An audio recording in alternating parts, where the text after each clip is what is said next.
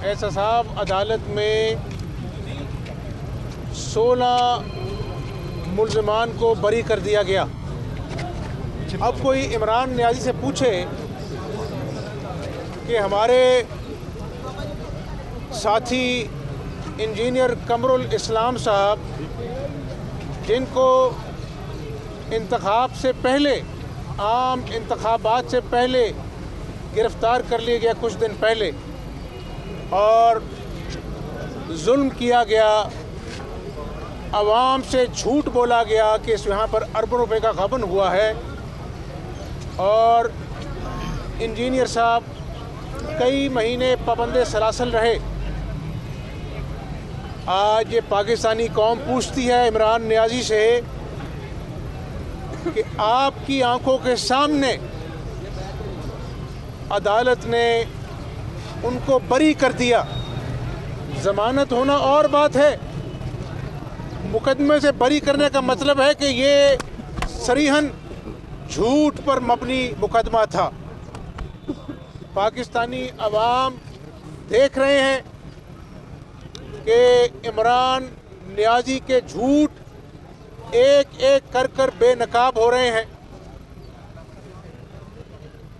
Foreign funding case election commission की scrutiny committee ने जो 7 साल से इमरान नियाज़ी स्टे ऑर्डर के पीछे छुपने की नाकाम कोशिश कर रहा था, कल अकबर साहब को तमाम डॉक्यूमेंट्स हैंड ओवर कर दिए और वो कह रहे थे कि ये जो डॉक्यूमेंट्स हैं इससे पाकिस्तानी अवाम की आंखें खुलेंगी कि मनी लॉन्ड्रर हो,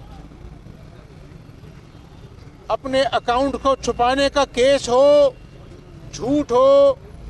इमरान नियाज़ी ने सबसे ज़्यादा नंबर हासिल किए हैं। 2 बातों में इमरान नियाज़ी साहब ने सबसे ज़्यादा नंबर हासिल करके टॉप किया है, एक झूठ बोलने में और एक माफिया के साथ गठजोड़ कर कर पाकिस्तानी अवाम की जेबें लूटने में टॉप किया है। और आटे का बहरान हो, चीनी का बहरान हो, आज किसान दुहाइयाँ दे रहा है कि खाद जो है वो 10,500 की भी नहीं मिल रही है। तो ये नए पाकिस्तान बनाने वालों ने इस मुल्क के साथ खिलवाड़ किया है, ख़तरनाक खेल खेला है। और मैंने हमेशा कहा है कि ये इमरान नियाज़ी साहब खिलाड़ी नहीं हैं, ये खिलंडरे हैं। इन्होंने पाकिस्तानी कौम के साथ जुल्म किया है। तो कल साफ पानी में जो 16 मुल्ज़िमान बरी हुए हैं वो इस बात की गवाही देता है कि ये केस, जिसके पेशियां कोई 150 पेशियां मैं और शहबाज शरीफ साहब भुगत चुके हैं, ये भी उसी तरह जाली केस है, झूठा केस है। नवाज शरीफ साहब के ख़िलाफ़ भी केस झूठे हैं। तमाम मुस्लिम लीग नून के कायदीन के ख़िलाफ़ केसेस मनाए, 4 साल होने को हैं, एक पाई करप्शन की साबित नहीं कर सका। और ये मेरा कमाल नहीं है, ये मुस्लिम लीग का कमाल नहीं है, ये अल्लाह का निज़ाम है कि वही इमरान नियाज़ी जिसके मुंह से चोर डाकू के अल्फाज निकलते थे हमेशा, आज इलेक्शन कमीशन की स्क्रूटनी कमेटी ने इमरान नियाज़ी को सर्टिफाइड चोर और डाकू डिक्लेयर कर दिया है। अब पेट्रोल दोबारा बढ़ाने जा रहे हैं, IMF की ग़ुलामी करने जा रहे हैं और इसके वज़रा जो हैं वो ऑपोजिशन के लत्ते लेते हैं, तमाशबीनी करते हैं। मुझे बताएं, पाकिस्तानी अवाम बताए, क्या कभी वज़रा के मुंह से ये सुना कि महंगाई बहुत ज़्यादा हो गई है, हम आवाम के सहूलत के लिए कोई अच्छा इक़दाम कर रहे हैं। कभी इनके मुंह से सुना कि किसान रो रहा है, हम खाद को जो है किसान तक पहुंचाएं। कभी इनके मुंह से सुना कि लॉ एंड ऑर्डर इतना ख़राब हो चुका है, वहाँ पर खैबर पख्तूनख्वा में उन्होंने पादरी का कत्ल कर दिया। किसी ने सुना कि मुल्ज़मान जो हैं उनके ख़िलाफ़ कोई कार्रवाई हुई? अभी तक मुल्ज़मान की निशानदेही नहीं हो सकी। तो इस नए पाकिस्तान में खिलवाड़ हुआ है, पाकिस्तानी अवाम का खून चूसा गया है, झूठ बोला गया है। और मैं अल्लाह ताला से आजकल सिर्फ एक दुआ करता हूँ कि या अल्लाह, इसने नवाज़ शरीफ को जेल में डाला, कोई बात नहीं। शहबाज शरीफ को जेल में डाला, कोई बात नहीं। हमजा शहबाज को जेल में डाला, कोई बात नहीं। मुस्लिम लीग नून के कायदीन को जेल में डाला, कोई बात नहीं। लेकिन इसने 4 सालों में जो पाकिस्तानी कौम के बच्चों से इंतकाम लिया है, उसका हिसाब ज़रूर लेना। आज कोरोना की दूसरी वेव आ गई है और बुखार की दवाई मार्केट से गायब हो गई है। मुझे ये बताएं आप कि ये माफिया का रोने वाला इमरान नियाजी, इससे कोई पूछे कि जब जब ये कहता है कि गन्ने की पैदावार बहुत ज़्यादा हुई है, लोगों को चीनी लाइनों में लग के लेना पड़ती है, जब जब कहता है गंदम की पैदावार हुई है, लोगों को आटे के लिए लाइनों में लगना पड़ता है, जब जब कहता है कि खाद की पैदावार, हम तो कहते हैं किसान दुनिया में दिखा दो, तुम लगा लो। ये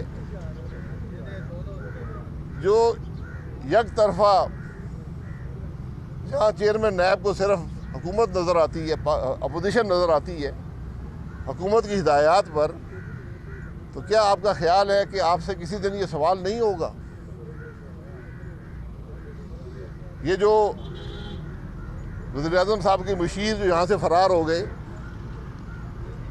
ये मैंने पहले कहा था, ये हजरात जब यहाँ से नौकरी छोड़ेंगे ज़रा अपने असासे लिख के दे जाएं, पाकिस्तान के अवाम के सामने रख लें, क्योंकि ये पाकिस्तान के अवाम से तनख्वाह लेते रहे हैं। ये जवाबदेह है पाकिस्तान के अवाम के सामने, चेयरमैन नैब भी और ये बशीर भी। ये अपने ज़रा असासे लिख के दे जाएं कि इनके असासे हैं क्या, ताकि कल जब सवाल जवाब होगा तो रिकॉर्ड पर तो मौजूद हो कि ये क्या असासे लेकर आए थे, क्या छोड़ कर गए हैं और इनके पास हकीकी असासे क्या हैं। ये एहतसाब होता है, हिसाब नहीं, ये नहीं होता कि जैली केस बनाएं। आप जजमेंट्स पढ़ें जो चंद दिनों में आई हैं कि क्या लिखा है अदालतों ने नैब के केसों के बारे में। बहरहाल ये तमाशा सियासत को तोड़ने मरोड़ने का ये नैब ने करना है, क्योंकि चेयरमैन नैब डेली बेसिस पे लगा हुआ है, उसने अपनी नौकरी बरकरार रखनी है, तो ये तमाशा लगा रहेगा, हम भी आते रहेंगे, आपका काम भी चलता रहेगा। जी अफजल साहब, क्या कहेंगे? फरवरी शुरू हो गया है, लॉन्ग मार्च की कॉल दे रखी हुई है की जानिब से, तो आपको लगता है कि इस बार जो लॉन्ग मार्च है वो हुकूमत के गिराने में, उसके खात्मे में कामयाब साबित होगा? देखिए, लॉन्ग मार्च जो होता है ये अवाम के साथ इजहार यकजहती होता है, ये मुजाहरा होता है, ये अवाम की राय का इजहार होता है कि आज लोग मुश्किल में हैं। इन्हीं चीज़ों से हुकूमतें जब पार्लिमानी रवायात हों, जो हुकूमत अखलाकी कदरें जाने, जमहूरी कदरें जाने, जब अवाम उनके ख़िलाफ़ ऐसी आवाज़ बुलंद कर दें, तो फिर एक ही रास्ता रह जाता है कि आप इलेक्शन में जाएं। लेकिन यहाँ पर तो कुर्सी से चिमटने की रवायत है, चेयरमैन नैब भी चिमटा हुआ है, वज़ीर भी चिमटे हुए हैं, 4-4 दफ़ा निकाले जाने वाले वज़ीर भी कुर्सियाँ नहीं छोड़ते। तो ये बहरहाल ये कुर्सियाँ नहीं रहेंगी, ये भी आप देखेंगे एक दिन। जी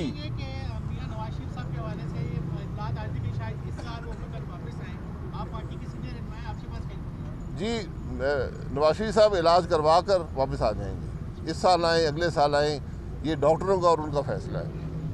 मुसद्दिक अब्बासी ने वो आए हुए हैं बशीर, तो इस बारे में क्या कहे? वज़ीर दाखिला से मुलाकात भी कल की है उन लोगों ने, तो क्या कहते हैं? जी बिल्कुल, वो अपनी नौकरी करेंगे, उसमें कोई बात नहीं है, लेकिन नौकरी कानून और आइन के अंदर रहकर